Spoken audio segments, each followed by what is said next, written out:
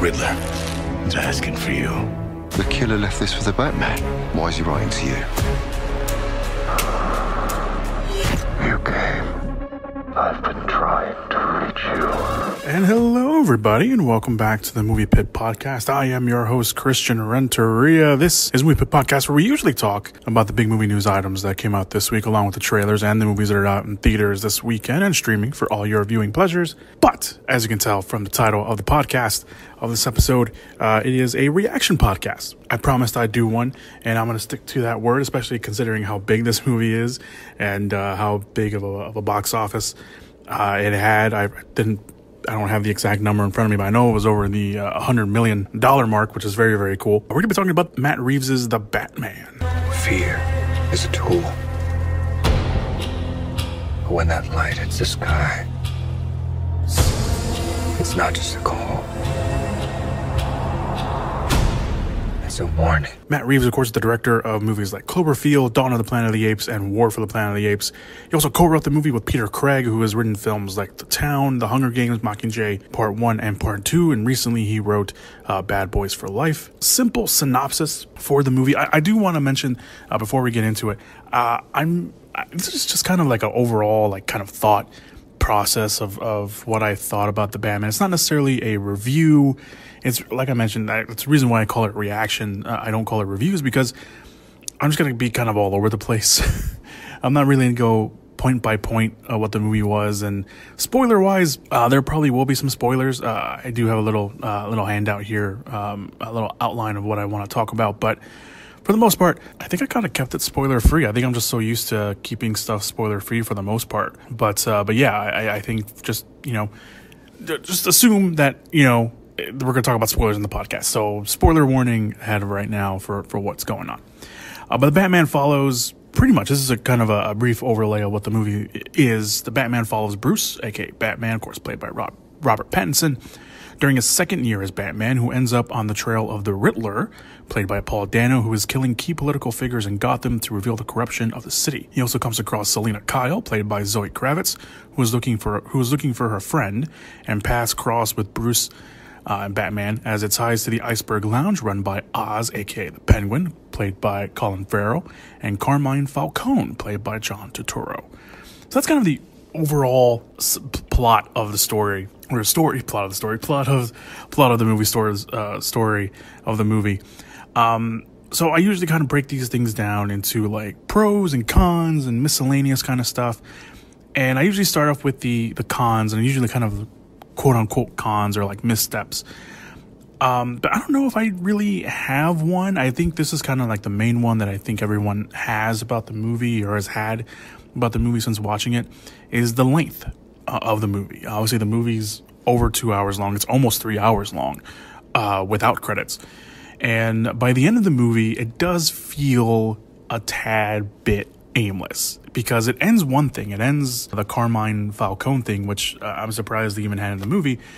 And then he goes back to the Riddler, and then they catch him, and then you think it's the end of the movie, but no, we still have this whole other set piece of Gotham Square Garden, and then obviously Batman helping the people of Gotham after the dams around Gotham breaks, and saying goodbye to Selina. And when it gets to that part, when it gets to the Gotham Square Garden kind of part of the movie, that's really when you start to feel the length. At least that's when I started to feel the length, because really, for the most part, the story is enthralling enough. It kept me enthralled enough to keep me invested and interested in what was happening, and the length didn't play a factor into that.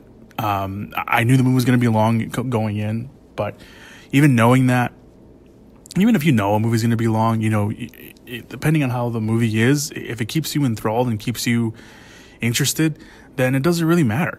At least that's how I kind of see it. And I didn't feel the length. I didn't feel the length until the very end. And even then, the length allows everything in the story to breathe and to get proper execution, which a lot of times you don't really get in, hour and a half movies, or even 2 hour movies, and sometimes even 2.5 hour movies. There aren't really any plot holes or things that needed more explaining too much, at least from what I was able to remember. I've only seen the movie once so far, but they seem to wrap up everything that they needed to, and that they've kind of opened up a little bit. Left some things here and there for like sequels and stuff, but for the most part, they pretty much answered and closed everything off that they had. So that's really the only kind of a negative thing, I guess, if you want to even consider that a negative thing that I can think of. So let's move on to the pros. The entire atmosphere, really, of the movie is fantastic. It's moody, it's dark, it's brutal. It completely draws you in to the story that it's trying to tell. The beginning definitely puts you immediately in the world and the mood and the atmosphere of the movie. Those whole, and when I say the beginning, I mean like the first 10 minutes of the movie, 10, 20 minutes of the movie. You have, Ave Maria playing in the beginning of the movie, which I thought kind of weird, but I guess it kind of makes sense, kind of near the end what Riddler kind of plays it a little bit. I guess that's a song that, he had when he was, that played a lot when he was an orphan. But you think that it's presumably Batman spy. I thought it was Batman spying on someone at first. But no, it's the Riddler. He's spying on the mayor, and he just stands behind him when he's on the phone for like a good 2 minutes. And then, he goes in for the kill and he kills him, and it's brutal and it's kind of creepy. But then it switches over to the narration of Bruce, and he's telling us how what he's been doing for the last 2 years. So that's kind of how we know that he's only been Batman for 2 years now. And, how Gotham is, and, what the bat signal signifies, not just for him, but for everyone. It's a weapon of fear. And I love that whole opening narration of it. It makes it feel like it is like straight out of, the comic book, because it tells you effectively how Batman has affected Gotham in the last 2 years. You get all those shots of everyone looking, down dark hallways or dark, corridors or whatever, alleyways. And they all look at it, and they see the bat signal, and then they see, the unmanageably dark, corner. And is he going to come out of there? Is he not going to come out of there? I thought that was so effective. And I think that's so really, really cool. And I also did like because of that, they made, Gotham feel like a character in the movie a little bit more than the other movies. Gotham is just kind of always really there. The Nolan Batman movies, more in particular, probably Batman Begins, had that. You had Gotham, you had the Narrows. But after that, with the Dark Knight and then Dark Knight Rises, Gotham was just kind of there. I mean, Gotham, the Dark Knight Rises, made Gotham kind of like a little prison, which, based off, the No Man Land story in the comics. But for the most part, Gotham's just kind of another city. And with the exception of Batman Begins and, that little, bit of the Dark Knight Rises. But here in the Batman, Gotham kind of has this identity. It feels lived in, and it feels like it's almost always raining and overcast, which kind of sucks if you really had to live in Gotham. But it sets the mood. But we see the streets are dirty, the train at the beginning of the movie, and the Wayne Mansion, which is in Wayne Tower, which I thought was very, very interesting. I thought that was a very nice touch and something very different. But it also has like this gothic look to it. Like I remember when like Bruce walks into like, whatever it is, the dining room or whatever it is of Wayne Manor, it has this very gothic feel, and it's like, oh my god, like it actually took me aback because I was not expecting that kind of production design and that kind of look for what they were going for. So I thought that was really cool. That said, a lot of this movie, because Gotham feels so lived in, a lot of it comes down to the production design, to the art directions, the art directors, and of course the cinematographer. And the cinematography in this movie is fucking amazing. And I know I don't really swear on the podcast that much, but I think this warrants it, because this movie is so fucking good to look at. There are so many great shots in this movie that Matt Reeves and cinematographer Greg Fraser were able to capture. And Fraser, by the way, has worked on Reeves's Let Me In, so they have a history there. Let Me In, of course, was the remake of Let the Right One In. But Fraser's also done other cinematography for other great movies like Zero Dark 30, Foxcatcher, Rogue One, Vice. He also did a few episodes of The Mandalorian. And recently, he did the cinematography for Dune. So, yeah, this guy knows, how to put a scene together with camera-wise and work with the directors that he's working with. I mean, obviously Zero Dark 30 had Catherine Bigelow, Foxcatcher. I forgot who directed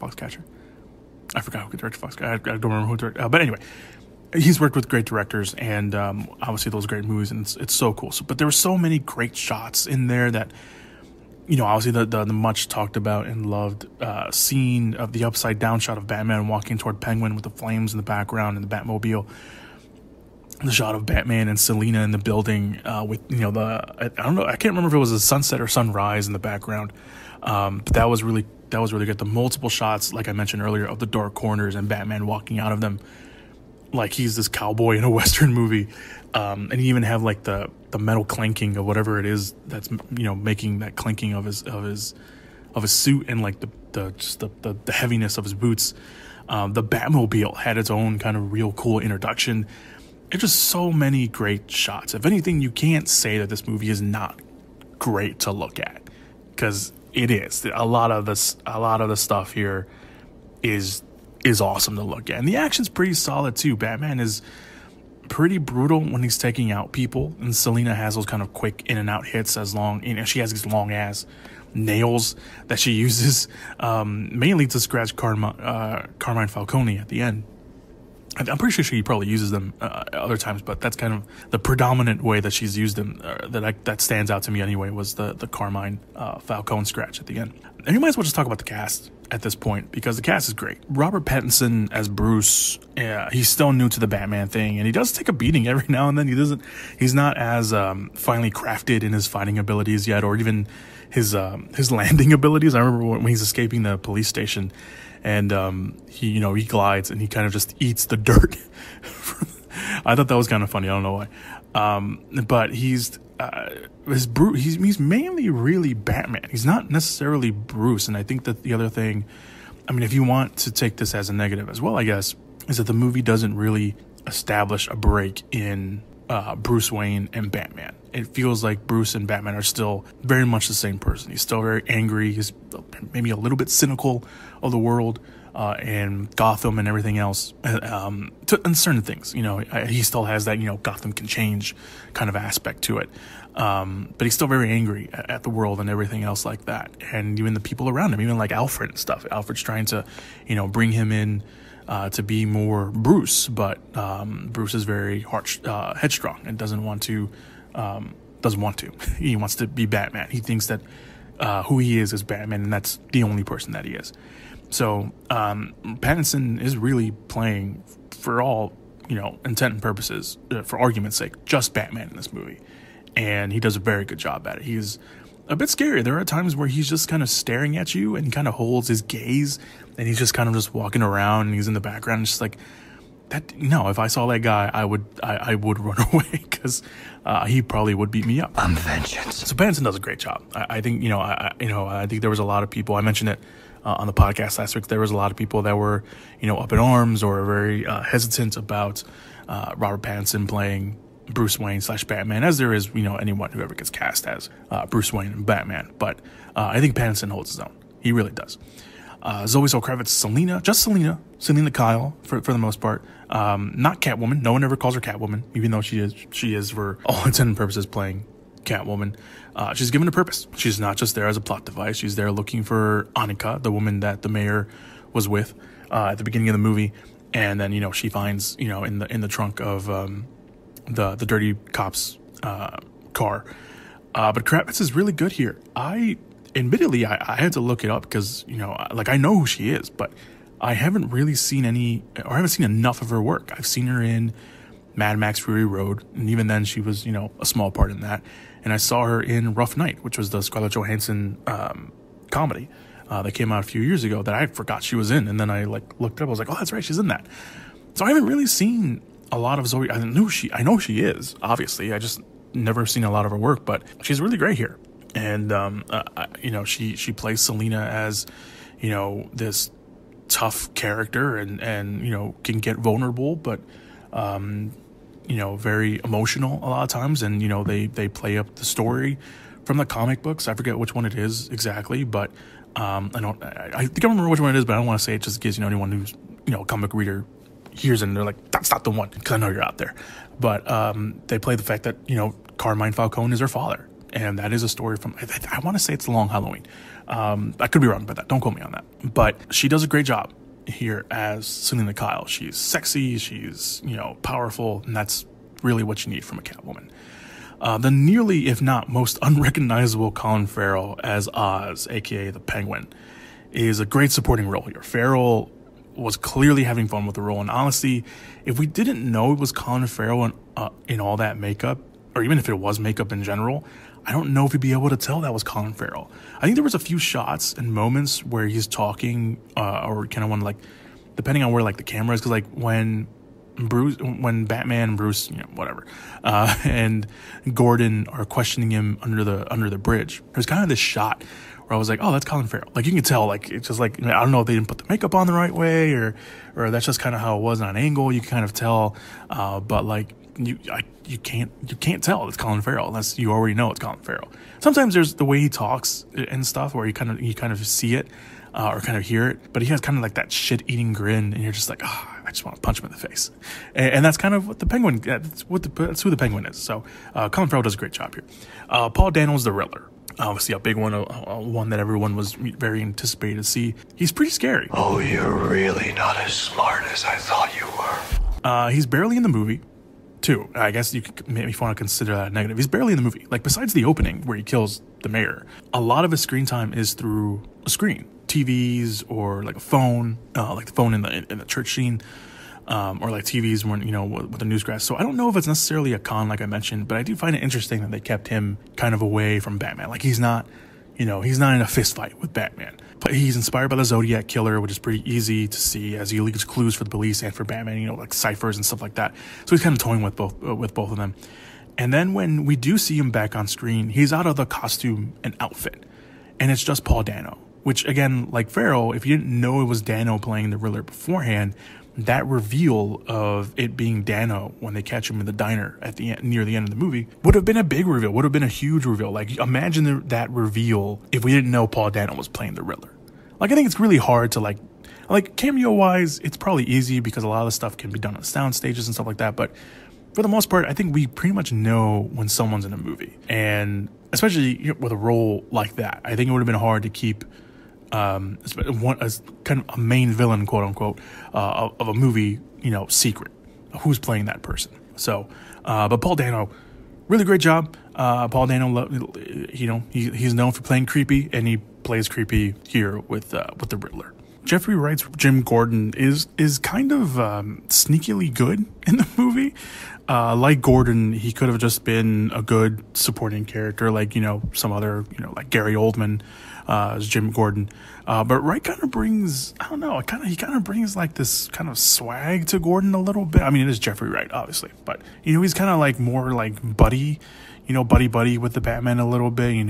They have a really good like back and forth, and that interrogation, the scene in the interrogation room where Batman's pretty much kind of cornered, and that shot's really cool too. I really like that, just the visual itself of Batman being surrounded in this tiny ass room with a bunch of cops, and Jim Gordon kind of playing the mitigator, the go-between, or the guy in the middle, not the go-between, but the guy in the middle of all these cops and Batman, and that one cop continually trying to take Batman's mask off. I thought that scene was really good, and visually it's also very, very cool too. But Gordon himself, with Batman, they make a really good team. They make a really good team, and it's really cool to see that them really partnering up, because this movie obviously is also Batman playing detective. We really don't see that. We see like little glimpses of it and part of it in some other movies that we've seen, especially the Nolan movies, more in particular. But this one is like a real like true to form kind of detective story that's also, just happens to be a comic book movie with the Batman in it. So he does get to be a bit of a detective, and kind of see him, scouting everything and following leads and stuff like that, and then working with Gordon. I just love that little bit of them after Batman escapes and they meet up again for the first time. Gordon's like, "You could have pulled your punch." And Batman was like, "Yeah, I did." So I thought that was really funny. So the humor in this is also very very good. There's not a lot of it in there, but for the stuff that's actually in it, it's really good, and like the timing of it's really good. Another kind of comedic scene I want to mention is the one with Peter Sarsgaard's character, the DA Coulson, because even though he's really only in it for like 4 scenes, the church scene is obviously the big one, and that scene is also very good. it's when he's answering the Riddler's riddles, and he has this great moment where Batman's also kind of questioning him at the same time. And then he's like, "That's not a question he asked, man. Come on." I just kind of really love that moment because it's a serious situation, obviously, because he has the bomb attached to his neck, and it's on a timer, and the timer's already going off, and he's like, there's like a few seconds left, or like a minute left, or something like that, less than a minute left, and they still have managed to throw that very comedic kind of beat in there, or humorous beat in there, and I thought that was really great. So the humor in this is really spot on. There's not a lot of it, because a lot of it obviously is very moody and brooding and stuff like that, but what they were able to inject in there was really good. I do want to mention Andy Serkis's Alfred.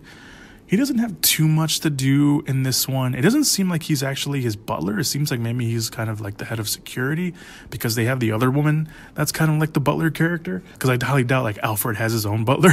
So that's what I thought at first, and I was like, no, that can't be right. So he's opening up all of like the Wayne mail, so I'm assuming he's probably like the head of security there. But like I mentioned earlier with Andy Serkis's character with Alfred, he always tries to kind of be like the voice of reason for Bruce, and he's trying to get him to be Bruce Wayne when he's not being Batman in the middle of the night, and kind of just most of the time it doesn't really work. And then they have that great scene, that last pretty much Alfred scene in the movie, where he's in the bed after he has that scare where he almost gets blown up from one of the Riddler's bombs and one of his gifts.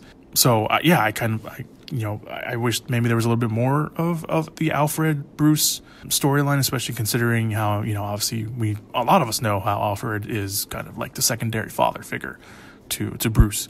So that would have been good to have a little bit more scenes in there with them. But there's already a lot going on in the movie, so there is that. John Turturro's Carmine Falcone, he's pretty sleazy in the movie, and I think they had a pretty good casting with Turturro, but he does exactly what he's supposed to do. He's supposed to be sleazy. He's supposed to be kind of like this. He's a criminal, but he's kind of a smooth talker at the same time. Like you kind of want to you're scared of him, but you kind of want to also keep talking to him, kind of stuff like that kind of feeling. So the cast, it's great from top to bottom. There's not really a weak link in the bunch. So I do want to mention one particular person, because he is credited in the cast list at the end, even before they get to like the actual like rolling credits. Barry Cohagen from Dunkirk, The Green Knight. He was Druid in the Eternals recently. He plays a character that is credited as Unseen Arkham Prisoner at the end of the movie. He's the one that's talking to the Riddler. And obviously everyone's already said it. He's the Joker, pretty much. Or, at least in what Matt Reeves has said in interviews, following the movie's release, saying he is the person that will most likely become the Joker. So he's not actually Joker yet, but he's someone that will become the Joker. Obviously Cohagen's pretty much playing the Joker. And if Cohagen does come back for the sequel, because obviously, you don't see his full face. I was trying to figure out who it was, and I couldn't figure out who it was until I saw the name. But if Cohagen does come back to play Joker, it's a pretty interesting choice. A cool one.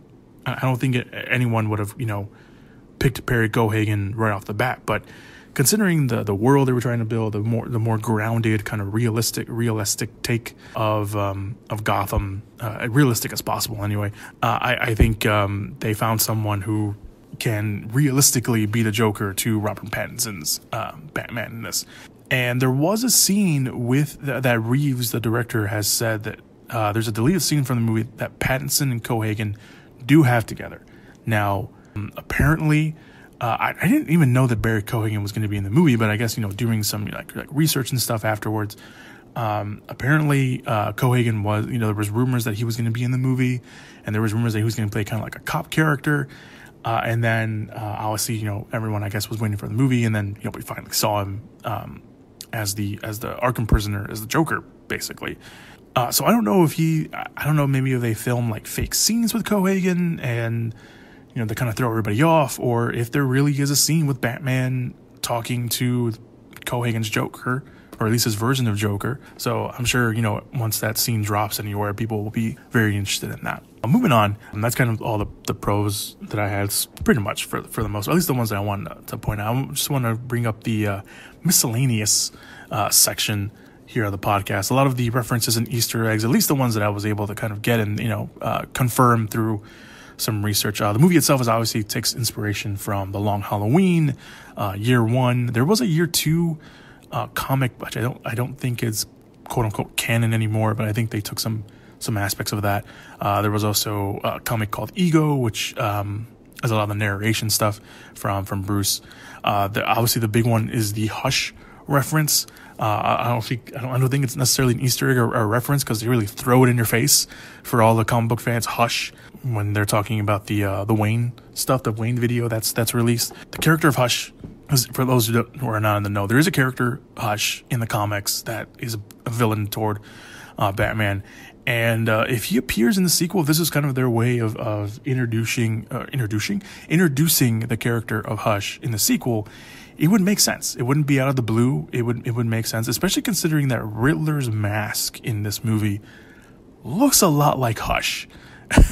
Because Hush has like a bunch of like band-aids wrapped around his face, and if you look closely, at certain angles, it kind of looks like Riddler has some aspect of that as well. There was a lot of talk about Salvatore Maroni in the movie, but he's never actually seen, so I can't remember if they said he was dead. I know he was captured. I don't think they said he was dead. So maybe we'll get Salvatore Maroni family. I think there's another family. I forgot what it was. They're the founding members of Gotham. And, there's that scene at the end where Alfred's telling Bruce, his version, the real version of what happened, how Thomas felt, bad about it and everything. So it was a great moment. So I just wanted to bring the Wayne family, because that could come back to the forefront of any kind of sequel, obviously, that, Bruce is, trying to really finally now accepting, trying to make Batman the family legacy that he can bring. Who knows? Maybe that's the case. But there is a moment in the Gotham Square Garden sequence that I kind of, like, when it happened, I was like, well, what is that? So it's after Batman's been shot point blank with a shotgun, and Selina saves him. And then she gets attacked, and she's about to be stabbed by one of the Riddler's kind of, occultists, or, whatever they may be called. Batman takes a vial of something, and when he grabbed it, I was like, oh, maybe it's adrenaline. But then it's very clear that the vial that he has a green chemical in it. And if you're familiar with Batman lore, any green chemical, it's usually venom. Now, venom is the chemical that is very heavily tied to Bane, which gives him, his super strength and his ability, and all the muscles and stuff like that. Or in the Nolan verse, it's keeping him, keeping the pain at bay. Now in the comics, I think it was one of the I don't think it's all the comics. I think it's one of the versions of the comics. Batman does indeed take venom, but the venom that he takes, or the venom that at least he was taking at that point, was an experimental drug, and he took it because he wanted to make himself stronger and faster, because he failed to save a little girl during one of his nights out, and that's when he starts taking venom, and then he becomes addicted to it, because obviously every superhero has to be addicted to something at some point. So I don't know if we'll have an addiction storyline in the Batman movie, but considering how this Batman movie is, I wouldn't be surprised if it happens, or if it doesn't happen. I just thought it was interesting that they made that kind of a thing that they pointed out to, because in that whole Gotham sequence too, like the camera behind him, like there's like a shimmer effect or something like that. So a lot of the focus is on, the characters and stuff. I thought that was very interesting. I thought that was a very interesting choice by Reeves, because obviously it was a conscious choice. It wasn't like, oh, we don't know how to, work the camera. That was a very conscious choice to have that scene kind of mainly just focus on, the characters, and then have the background kind of blurry in the back. So I thought that was really cool. Overall thoughts on the Batman. I really, really like the Batman. I like the atmosphere. I like the mood, the tone that Matt Reeves created. If anything, you can say this movie is beautiful to look at, because there are awesome shots that are frame worthy. There's a bunch of there's just so many shots that are frame worthy or poster worthy in themselves that I can totally, see in my wall at home. The cast is great from top to bottom, with Pattinson really crafting and carrying his version of Batman and Bruce Wayne. especially the early years of the character. I can see the length being an issue for many, and for me personally, it wasn't too much because I found the story that they were trying to tell enthralling and compelling enough to carry the length of the movie. You do start to feel it near the end of the movie when it starts to feel a bit aimless and they're just adding more things, or what feels like they're adding stuff, but the stuff they add is great. You know, it keeps going, but a lot of that stuff is really great and good, so it kind of makes up for it in the end. So, but again, I know length is an issue for many. Of course, everyone's going to start to compare this to the other movies and asking the question, is this the best Batman movie ever? Personally, I don't know. I'd probably have to watch it a few more times. Like I mentioned, I only watched it once, so I probably have to watch it a few more times to really gauge that question and where it ranks. It definitely ranks in the top. It's definitely a top tier Batman movie. Definitely in the top 3.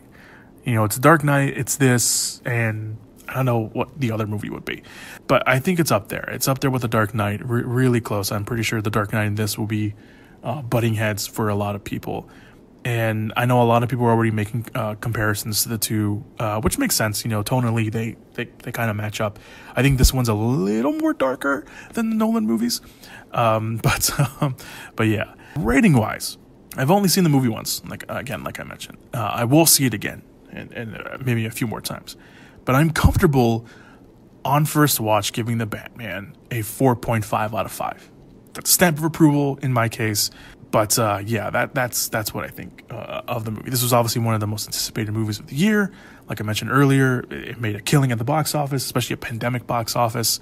I can only see it going up from there, and I'm imagining also word of mouth will probably help. Like I said, the word of mouth online seems pretty positive. I think a lot of people are saying and praising it, how good it is. I know a lot of other podcasters that I follow have seen it multiple times already. I want to join that club because I do want to watch it again. It will be coming on HBO Max, I think next month. I saw that it was coming out. I think it's next month. I think it's like the 15th or something like that, if I remember correctly from the picture that I saw. Don't quote me on that, but I know it's coming out on HBO Max sooner rather than later. So yeah, that's pretty cool. So people can watch it at home as well. But enough about me. What do you lovely listeners think of The Batman? I know most of you probably are podcasters yourselves, and there's a good chance I probably have listened to your episode or will listen to your episode by the time this episode of my episode comes out. Regardless of that, anyone else who is not a podcaster or who listens to the podcast regularly, what do you think? Hit me up on the social media accounts linked down below, or if you're listening to this on YouTube, just go right ahead and jump on that comment section and leave your thoughts. Beware of spoilers for anyone who hasn't seen it. Although, if you haven't seen it yet, why you're still listening? Why have you listened this far, really, honestly? Thank you guys, everybody, for listening to the podcast, this episode of The Batman. I told you I would do one, and I'm a man of my word for the most part. I'm sorry. I really am. I'm trying to be better. I am trying to be better. I don't know what my next reaction podcast will be. Maybe I'll keep up the comic book trend, because I think almost all of my reaction podcasts have been comic book movies. I know I did Black Widow. I know I did Spider-Man, and I did this. I guess it would make sense for me to do a Morbius reaction podcast. I don't know.